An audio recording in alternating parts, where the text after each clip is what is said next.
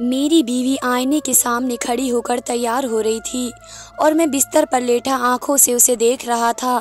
उसकी नज़र में एक सोता हुआ इंसान था, लेकिन हकीकत में मैं जाग रहा था। रात के इस पहर अपनी बीवी को तैयार होता देखकर मुझे हरगिज़ भी खुशी नहीं हो रही थी, क्योंकि मेरी बीवी मेरे लिए तैयार नहीं हो रही थी, बल्कि इसकी ये तैयारी तो मेरे बड़े भाई के लिए थी। मेरा वह बड़ा भाई जिसे मैंने अपने बाप का दर्जा दे रखा था। मेरी बीवी आधी रात को इसके कमरे में चली जाया करती और मैं ये बात अच्छी तरह जानता था कि वहाँ क्या होता है। हमेशा की तरह इस रात भी मेरा दिल चाह रहा था कि मैं उठकर अपनी बीवी का हाथ पकड़ लूं और उसे अपने बड़े भाई के कमरे में ना जाने दूं, लेकिन मैं मजबूर था। मेरे पास उसके सिवा और कोई रास्ता नहीं था कि मैं अपनी बीवी को अपने बड़े भाई के पास जाता हुआ देखूं, क्योंकि इसे रोकने का अंजाम बहुत ही भयानक होने वाला था। मेरी बीवी निशा की उम्र सिर्फ 19 साल थी। वह जवान और खूबसूरत भी थी, लेकिन उसके बावजूद भी वे मेरे हाथों से बाहर थी, क्योंकि इतनी रातों में एक रात भी ऐसी नहीं आई जो उसने मेरे साथ गुजारी हो। मैं हर रात उसे पाने की हसरत के लिए बिस्तर पर पड़ा रहता और वह मुझे नज़रअंदाज करके कमरे से निकल जाती। मेरा भाई उसके साथ कैसा सलूक क्यों न करता, लेकिन वे वापस न आती और सारी रात इसी के साथ रहती। आज भी वह जिस तरह से तैयार हुई थी, मेरी नज़र उसके खूबसूरत वजूद पर जमी थी और फिर वह खामोशी से कमरे से बाहर निकल गई और थोड़ी देर बाद अजीबोगरीब आवाज़ों का सिलसिला शुरू हो गया और मैं बेबस अपने बिस्तर पर पड़ा रहा। लेकिन मैं अच्छी तरह जानता था कि मेरे भाई के कमरे में क्या चल रहा है और मेरी बीवी सुबह किस हाल में वापस लौटेगी। दिल तो चाहता था कि अपने भाई के कमरे में जाऊं और हाथ पकड़कर अपनी बीवी को वहां से वापस ले आऊं, लेकिन मैं बहुत मजबूर था। अगर मैं ऐसा कुछ करता तो हमेशा के लिए अपनी बीवी को खो देता और निशा को खोना मेरे बस में नहीं था। मैं उसे दीवानों जैसी मोहब्बत करता था और इसी के लिए तो मैंने अपनी दुआई की इतनी बेहतरीन नौकरी छोड़ी और वापस लौट आया। लेकिन मुझे क्या खबर थी कि मेरे पीछे यहाँ क्या कुछ हो चुका है। ये राज जब मुझ पर खुला, जब मैं अपनी बीवी की मोहब्बत में सब कुछ छोड़कर वापस आ गया और यहाँ आने के बाद मुझे पता चला कि मेरी बीवी तो मेरे भाई की गुलाम बन चुकी है। मेरी तो दुनिया ही लुट गई थी। शुरू में तो मुझे इस बात पर यकीन नहीं आता कि मेरी बीवी हर रात मुझे छोड़कर मेरे भाई के कमरे में चली जाती है, लेकिन आहिस्ता आहिस्ता मुझे पता चला कि वहाँ सारी रात उन दोनों के बीच क्या होता है। एक पति होने के नाते मेरी बर्दाश्त से बाहर था, लेकिन फिर भी मैं सब कुछ बर्दाश्त करने पर मजबूर था। मेरी बीवी को कमरे से गए आधा घंटा भी नहीं हुआ और मेरे बड़े भाई के कमरे से आवाज़ें आने लगी।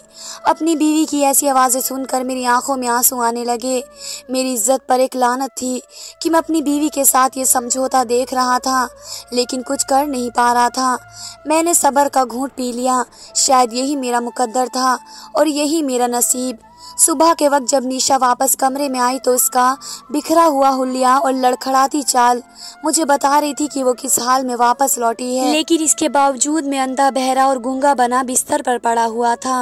वह खामोशी से मेरे पास लेट गई, जैसे रात कमरे से बाहर ही ना निकली हो और मैं भी अपनी जगह अनजान बन गया ताकि हमारे रिश्ते को बचा सकूं, क्योंकि इस रिश्ते को ख़त्म करना मेरे बस में नहीं था। फिलहाल मेरे पास नौकरी भी नहीं थी, क्योंकि मैं तो सब कुछ छोड़ छाड़ कर दुबई से वापस लौटा था, इसलिए आधे दिन बाद बिस्तर से निकला।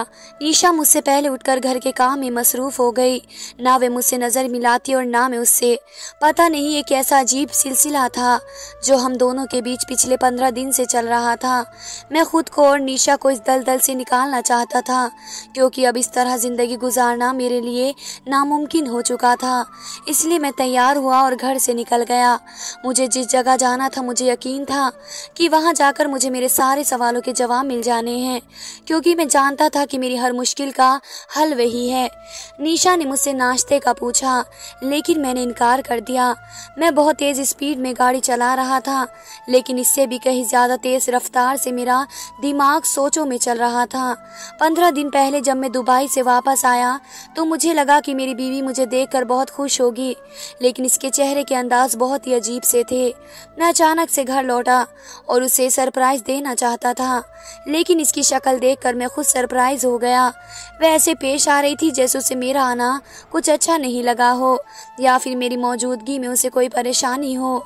भाई भी मुझसे मिलकर कुछ ऐसे ही पेश आए, बल्कि उन्होंने तो साफ लफ्ज़ों में कहा कि तुम्हें इस तरह आने की क्या ज़रूरत थी, तुम्हारी छुट्टियों में तो अभी काफ़ी वक्त था। मुझे तो लगा था कि मेरी बीवी, मेरा भाई मुझे देखकर बहुत खुश होंगे। उनके अजीबोगरीब सवालों पर मैं बहुत हैरान हुआ और भाई से कहा कि मेरी तबीयत कुछ ठीक नहीं है, मुझे घर की बहुत याद आ रही थी, इसलिए मैं कुछ दिनों के लिए लौट आया हूँ। मेरी भाभी घर में मौजूद नहीं थी। निशा ने मुझे बताया कि भाभी की तबीयत ठीक नहीं है, वे अपने मायके गई हुई हैं। ये सुनकर मैं काफ़ी परेशान हो गया। मुझे भाभी से बहुत प्यार था। मैंने उनसे मिलने जुलने की बात की तो भाई ने मुझे रोक दिया और कहने लगे वे तुम्हें देखेगी तो यहाँ आने की जिद करेगी, उसकी तबीयत बहुत ख़राब है, उसे कुछ दिन आराम करने दो, मैं उसे खुद वापस ले आऊँगा। भाई की बात सुन के मैं रुक गया। निशा सारा वक्त घर के कामों में मसरूफ़ रहती और जब रात को कमरे में आई तो उसके अंदाज वैसे नहीं थे जैसे कि मैं उम्मीद कर रहा था। पूरे 7 महीने बाद मैं लौटकर उसके पास आया और वे बिल्कुल नॉर्मल सी पेश आ रही थी। ना ही उसके अंदाज जज्बात की कोई तड़प थी और ना ही मिलन की तमन्ना। वे मेरे बराबर आकर आंखें बंद करके लेट गई जैसे सोना चाहती हो। शायद वे किसी बात पर मुझसे नाराज़ हो और इसलिए मैंने उसे मनाने के लिए उसकी तरफ हाथ बढ़ाया, लेकिन उसने तो बहुत आसानी से मेरा हाथ झटक दिया और कहने लगी कि मैं बहुत थक गई हूँ, मुझे सोने दे। यह कहकर उसने कमरे की लाइट भी बुझा दी। मेरे सारे अरमान मिट्टी में खामोश रह गए। जिस औरत के लिए मैं अपनी नौकरी दांव पर लगाकर वापस आया था, इसे तो मेरी परवाह ही नहीं थी। जिस अंदाज से उसने मेरा हाथ झटका, मेरी इज्जत को ठेस पहुंची थी, इसलिए मैंने खुद उसकी तरफ से मुंह फेर लिया और सो गया। लेकिन आधी रात को मुझे ऐसा महसूस हुआ जैसे निशा बिस्तर से निकलकर कहीं बाहर गई हो। कमरे में अटैच ही बाथरूम था, फिर वे बाहर कहाँ गई थी मुझे समझ नहीं आया और फिर ख्याल आया कि कहीं ऐसा तो नहीं कि वे मुझसे ज़्यादा नाराज़ हो और इसलिए कमरे से निकली हो। मैंने भी तो जानबूझकर कितने दिनों तक उससे दूरी इख्तियार कर रखी थी। मैं उसके पीछे कमरे से बाहर निकला तो मुझे वे भाई के कमरे में जाती दिखाई दी। रात के इस वक्त भाई के कमरे में इसका क्या काम था, जबकि भाभी जी घर पर नहीं थी।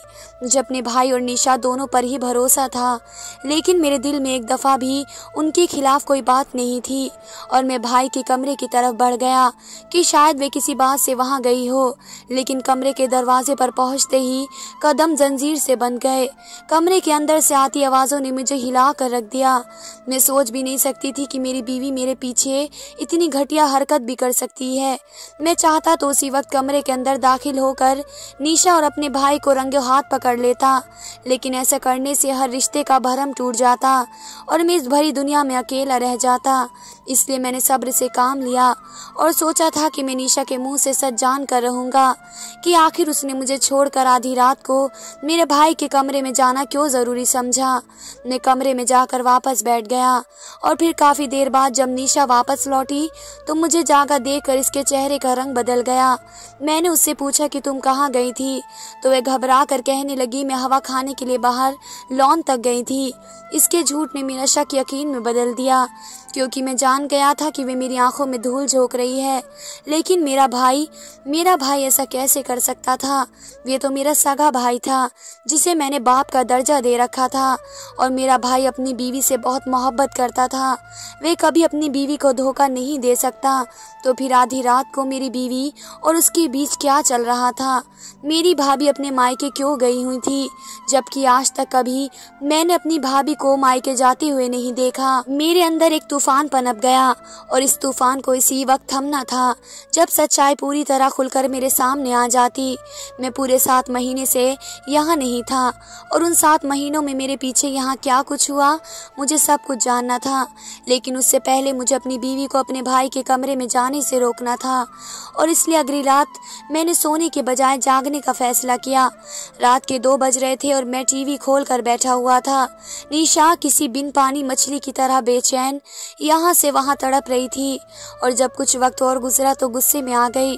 कहने लगी कब तक जागेंगे आप, बहुत रात हो गई है, टीवी बंद करें और लाइट भी। जब मैंने कोई जवाब नहीं दिया तो उसने आगे बढ़कर खुद ही टीवी टीवी और लाइट बंद करके मजबूरन वह आंखें बंद करके बिस्तर पर लेट गई। मैं भी बराबर खामोशी से लेट गया। जब कुछ वक्त बाद उसे लगा कि मैं सो गया हूँ तो वह पिछली रात की तरह फिर तैयार होकर कमरे में निकल गई और मेरे दिल में आग जल उठी। इसके जाते ही मैं कमरे से बाहर निकला और देखा तो भाई के कमरे में दाखिल हो गई और दरवाज़ा अंदर से बंद कर लिया। मैं फौरन स्टूल लगकर रोशनदान के करीब चढ़ा और झांक कर अंदर देखा तो अंदर के मंजर ने मेरे होश उड़ा दिए। मेरी बीवी मेरे भाई के करीब खड़ी थी और मेरे भाई के हाथ में एक जलती हुई मोमबत्ती थी जिसे भाई ने निशा की हथेली पर रखा था और निशा बिल्कुल इस तरह खामोश खड़ी थी जैसे बेजान मूरत हो। इसके बाद जो कुछ हुआ वह देखकर मेरे कदमों तले ज़मीन निकल गई। निशा तो वह सब कुछ कर रही थी जो मेरा भाई चाहता था। निशा की हालत ऐसी थी कि अगर भाई उसे छत पर उल्टा लटकने को कहता तो शायद वे उसे भी इनकार न करती। लेकिन ये सब क्या था और क्यों हो रहा था मैं नहीं जानता था। इस रात मैं ऐसे ही लौटकर अपने कमरे में आ गया और अगली रात मैंने निशा को किसी भी तरह भाई के कमरे में जाने नहीं दिया। जैसे ही वे उठकर तैयार होने लगी मैं फौरन से बिस्तर से उठा और उसका हाथ पकड़कर उसे बिठाया और कहा कि आज की रात तुम कमरे से बाहर नहीं जाओगी। मेरा लहजा और मेरा अंदाज देखकर वो खामोशी से मेरे पास बैठी रही। फिर कुछ देर बाद बिस्तर पर बुरी तरह तड़पने लगी। इसकी हालत बिल्कुल खस्ता हो गई। वे मेरे बाजू में झूल गई। ऐसा लग रहा था जैसे वे कुछ पल की मेहमान हो। मैं इस कदर घबरा गया कि ज़ोर ज़ोर से चीखने लगा।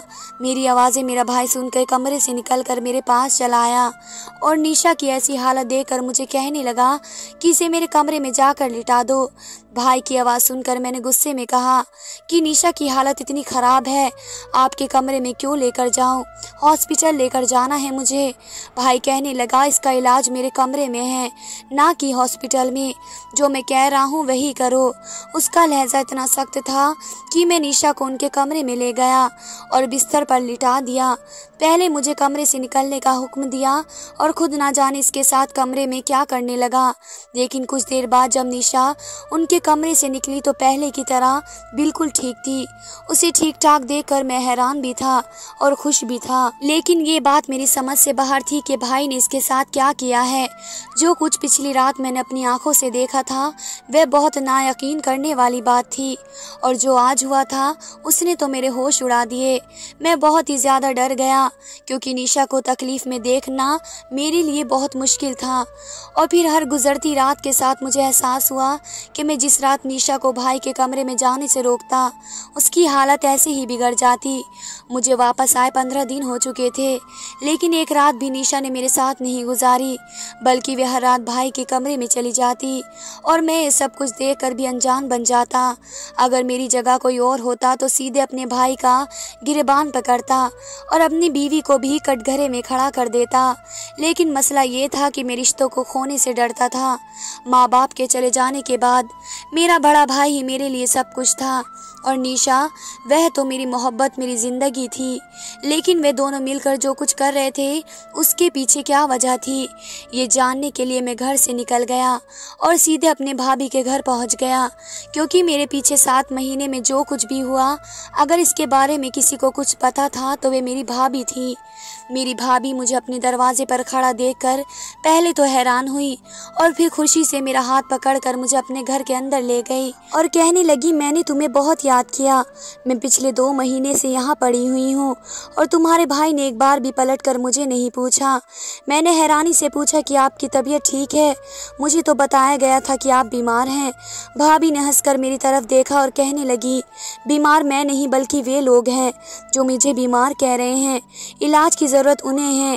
भाभी का अंदाज़ अजीब था। मैंने कहा, भाभी मुझे सच सच बताइए कि मेरे पीछे क्या हुआ है। मैं जब से यहाँ आया हूँ भाई और निशा का रवैया देखकर मैं बहुत परेशान हूँ। मेरी बीवी तो मेरी नहीं रही, मैं जाऊँ तो कहाँ जाऊँ? मुझे परेशान देखकर भाभी ने तसल्ली दी और कहने लगी, सब कुछ ठीक हो जाएगा। और फिर मुझे एक राज बताया कि मेरे रोंगटे खड़े हो गए। मैं जो कुछ भी देख रहा था वे वैसा नहीं था जैसा नजर आ रहा था। सारी हकीकत जानकर तो मेरी जान ही निकल गई। 8 महीने पहले ही निशा से मैंने अपनी पसंद की शादी की।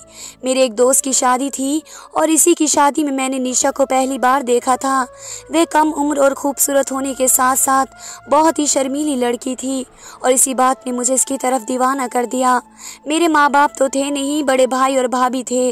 जैसे ही मैंने अपने बड़े भाई और भाभी को निशा के बारे में बताया तो मेरी भाभी बहुत खुश हुई। कहने लगी, ये तो अच्छी बात है, मुझे भी किसी का साथ मिल जाएगा और तुम्हारा घर भी बस जाएगा। लड़की ढूंढने की झंझट से भी जान छूट जाएगी। मैं दुबई से कुछ महीनों की छुट्टियों पर यहाँ आया क्योंकि मेरी नौकरी बाहर थी और मैं सालों से वहीं था। इसलिए मैंने भाभी से कहा कि वे चट मंगनी और पटी ब्याह करा दे। अब मैं 2 साल से पहले दोबारा लौट कर नहीं आऊँगा। भाभी रिश्ता लेकर गई तो निशा के घर वाले भी राजी हो गए और वे मेरी दुल्हन बनकर हमारे घर चली आई। शादी की पहली रात ही मैंने निशा पर पूरी तरह अपना हक जमा लिया और साथ ही साथ उसे यह भी बता दिया कि वे मेरा बड़ा भाई मेरे बाप की जगह है और इसलिए वे हमेशा मेरे बड़े भाई की हर बात को सर आंखों पर रखेगी और उन्हें किसी शिकायत का मौका नहीं देगी। शादी के 15 दिन बाद मेरी छुट्टियां खत्म हुई तो मैं टूटे दिल के साथ उसे छोड़कर परदेश चला गया। अपनी प्यारी बीवी को छोड़कर अकेला जिंदगी गुजारने के बारे में सोचना भी एक मुश्किल एहसास था और मुझे ये वक्त गुजारना था। मुझे 2 साल की जुदाई हर सूरत में बर्दाश्त करनी थी। मुझे दुबई आए महीना ही गुजरा कि एक दिन निशा का फ़ोन आया और वे तड़प तड़प कर रोने लगी। उसकी रोती हुई आवाज़ सुनकर मेरी जान निकल गई। मैंने फ़ौरन पूछा, निशा बताओ क्या हुआ है, ऐसे क्यों रो रही हो? वे धीमे लहजे में कहने लगी कि वापस आ जाएं, आपके बगैर मेरा गुजारा नहीं। मुझे लगा शायद उसे मेरी याद सता रही है और इसलिए वे ऐसी बातें कर रही है। मैंने इसे मोहब्बत से समझाया कि मेरा इस तरह बार बार वापस आना मुमकिन नहीं है और वह मुझसे दोबारा इस तरह की बात न करे क्योंकि मेरे लिए भी इस तरह से परदेश में काटना मुश्किल हो जाता। मेरी बात सुनकर वे खामोश हो गई और फिर दोबारा उसने कभी वापसी का कोई जिक्र नहीं किया और मुझे लगा कि सब कुछ ठीक हो गया है। लेकिन आज भाभी के पास आकर मुझे तो पता चला कि सब कुछ ठीक नहीं हुआ था बल्कि पूरी तरह बिगड़ गया था।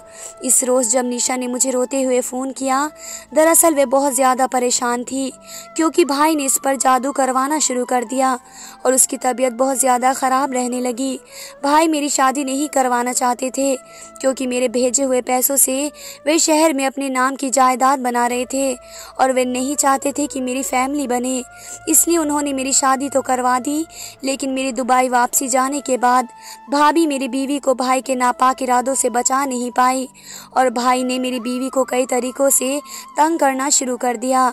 लेकिन जब निशा तकलीफ बर्दाश्त करती चली गई तो उन्होंने काले जादू का इस्तेमाल शुरू किया और निशा को अपने काबू में कर लिया। आधी रात को वे निशा को अपने जादू के असर में करके इस पर पढ़ाई करते थे। कभी इसका हाथ जलाते तो कभी उसको पढ़ पढ़ कर तकलीफ देते और ऐसी इसकी आवाज़ें निकलती, लेकिन कभी भी भाई के खिलाफ न जाती। भाई इस पर ऐसा जादू कर रहे थे जिससे वे ज़िंदगी भर के लिए ना सिर्फ उनकी गुलाम हो जाती बल्कि बे औलाद भी रहती। भाभी ने भाई को रोकना चाहा तो भाई ने बात नहीं मानी और इसलिए भाभी ने गुस्से में घर छोड़ दिया। भाई दौलत के लालच में इस कदर अंधे हो गए थे कि उन्होंने एक साथ सारे रिश्तों को दांव पर लगा दिया। निशा भी हर रात इसी जादू के असर में उनके कमरे में पहुंच जाया करती और जिस रात ना जाती उसकी तबीयत बिगड़ जाती। ये सब सुनकर मेरी जान निकल गई। भाभी ने मुझे इस जादूगर का पता दिया जिसके साथ मिलकर भाई ये सब कुछ करवा रहा था। भाभी ने कहा कि अगर तुम अपने भाई से ज़्यादा पैसे दोगे तो ये जादूगर तुम्हारे लिए काम करेगा और सब कुछ ठीक हो जाएगा। मैंने ऐसा ही किया और उस जादूगर को बहुत ज़्यादा पैसे दिए तो उसने ना जाने ऐसा क्या किया कि भाई का जादू ही उल्टा पड़ गया। निशा ने तो उनके कमरे में जाना छोड़ दिया, लेकिन अब हर रात उनके कमरे से उनके चीखने की आवाज़ें आने लगी। कुछ दिन ये सिलसिला ऐसे ही चलता रहा और फिर एक दिन भाई ने खुद हमारे कदमों में गिरकर हमसे माफ़ी मांग ली क्योंकि वे बहुत तकलीफ़ में थे और इस तकलीफ़ से निकलना चाहते थे। मैंने भाई को माफ़ कर दिया लेकिन अपने रास्ते उनसे अलग कर दिए। मैंने हमेशा के लिए दुबई वाली नौकरी छोड़ दी और निशा के साथ एक अलग मकान में शिफ्ट हो गया। कभी कभी रुपये, पैसे और जायदाद इंसान से उसके रिश्तों को दूर कर देते हैं और मेरे साथ भी ऐसा ही हुआ। जायदाद के लालच में मेरे भाई ने हर रिश्ते को खो दिया। ना ही भाभी उनके साथ थी, ना ही मैं और निशा।